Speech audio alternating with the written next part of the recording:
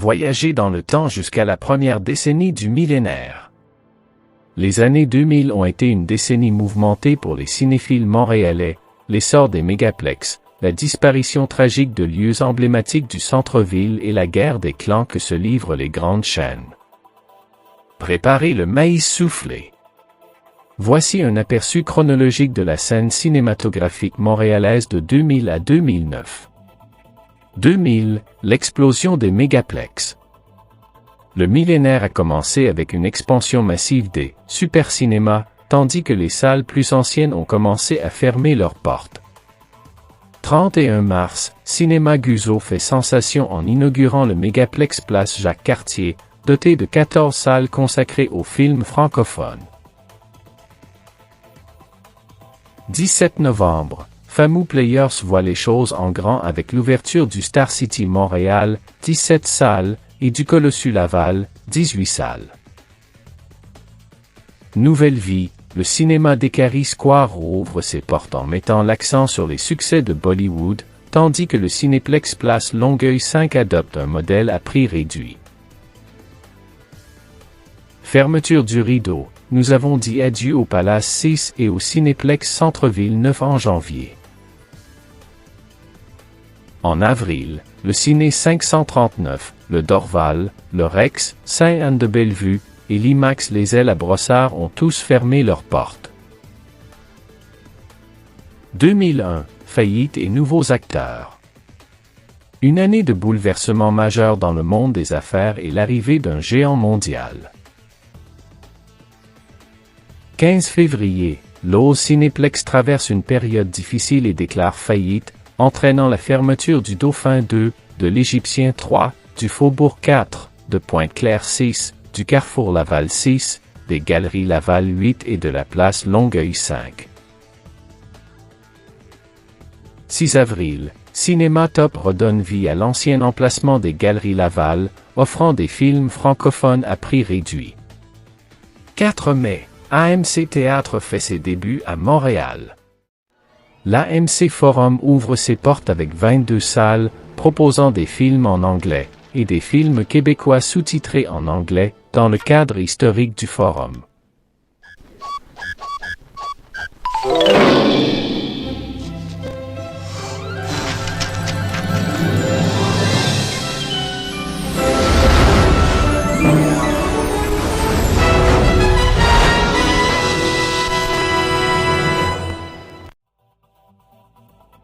Le cinéma métropolitain 16, inachevé, a été démoli le 23 mai. Sa construction avait été interrompue en juillet 1996. 29 juin, Famous Players rouvre les cinémas de Dorval. 7 septembre, excellente nouvelle pour les amateurs de bonnes affaires. Les Famous Players Centre Eaton et Famous Players Suite de Greenfield Park appliquent désormais une politique de rabais, rendant les sorties cinéma beaucoup plus abordables. 19 décembre, il y a un gros changement sur la rive nord. Les cinémas de Terrebonne existants s'agrandissent et deviennent le colossal Mégaplex Terrebonne de 14 salles sous la bannière Guzzo. Réouverture, le Beaubien rouvre ses portes avec 3 salles, et le Ciné-Club du quartier ouvre ses portes à Sainte-Geneviève. L'Outremont, quant à lui, reprend ses activités comme salle de spectacle, tout en continuant à projeter des films.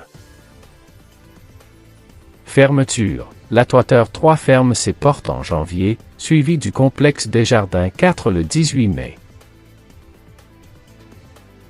2002, Feu et Spider-Man à Terrebonne. 23 février, le Parisien est ravagé par un incendie qui détruit une salle et endommage le reste du complexe. 3 mai, Ciné Entreprise inaugure le cinéma Triomphe à Lachenay, aujourd'hui Terrebonne. Il propose 10 salles de films francophones et une imposante statue de Spider-Man surplombe l'entrée. Perte, le Famous Player Suite, situé à Greenfield Park, ferme ses portes le 31 mai. 2003, Guzzo passe à la vitesse supérieure. 28 février, le Guzzo Lacordaire devient le Mégaplex Lacordaire, un complexe de 16 salles proposant principalement des films en anglais. Fermeture, les cinémas Cinéplex Odéon Brossard 7, Centre Laval 12 et Cinéclub du quartier ferment leurs portes. 2004, le passage au numérique. 24 novembre, l'avenir arrive à l'AMC Forum 22 avec l'installation de son premier projecteur numérique. Séance à petit prix, Dollar Cinéma ouvre ses portes à la place des Caries, proposant des soirées cinéma à prix abordable. Fermeture, les cinémas d'Orval ferment de nouveau leurs portes, et le Cinéparc Laval 4 ferme ses portes. 2005, le rachat par Cinéplex. Un bouleversement majeur dans le secteur, Cinéplex consolide sa position dominante. Fusion, Cinéplex achète Famou Players, surenchérissant sur AMC, Ciné Entreprise et Régal. 18 mai, Cinéma Guzzo inaugure le Mégaplex de Montagne, 14 salles, principalement francophones. Will come true.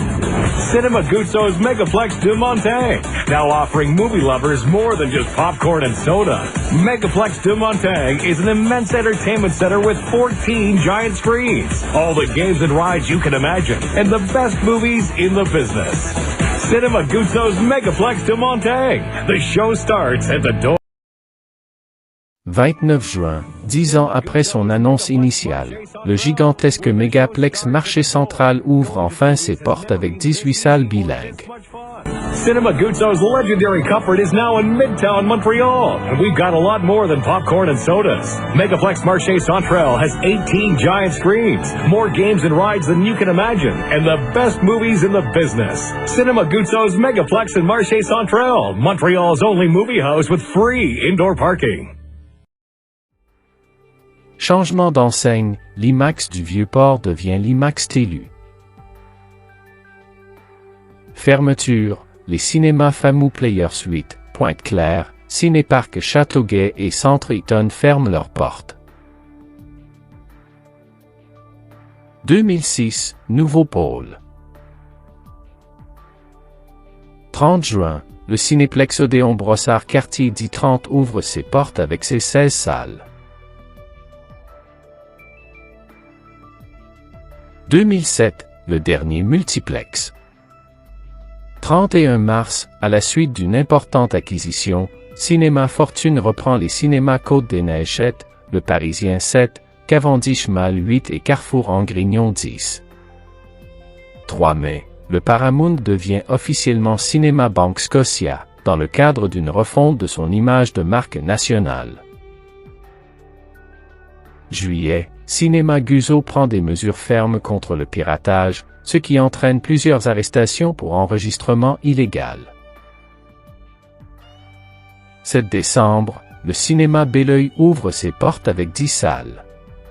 Il est le dernier multiplex construit dans la région montréalaise durant cette période. Fermeture définitive, le Parisien 7 et Place Versailles 6 ferment leurs portes. 2008, expansion et contraction. 19 décembre, le Beaubien prend de l'expansion et propose maintenant 5 salles, offrant ainsi une expérience plus intimiste. Fermeture, Ex-Centri 3, Plaza Repentigny 5 et Cinéma Saint-Léonard 4 ferment leurs portes. 2009, clôture de la décennie. Novembre, Cinestars ramène le cinéma à Saint-Basile-le-Grand. Nouveau départ, le Parallèle rouvre ses portes dans l'ancien local d'Ex-Centri, et Dollar Cinéma double sa capacité pour atteindre 4 salles. Fermeture finale, la décennie se termine avec la fermeture du Paradis et de Châteauguay encore. Merci d'avoir suivi l'histoire du cinéma montréalais. Si ce voyage dans le temps vous a plu, N'oubliez pas d'aimer et de vous abonner.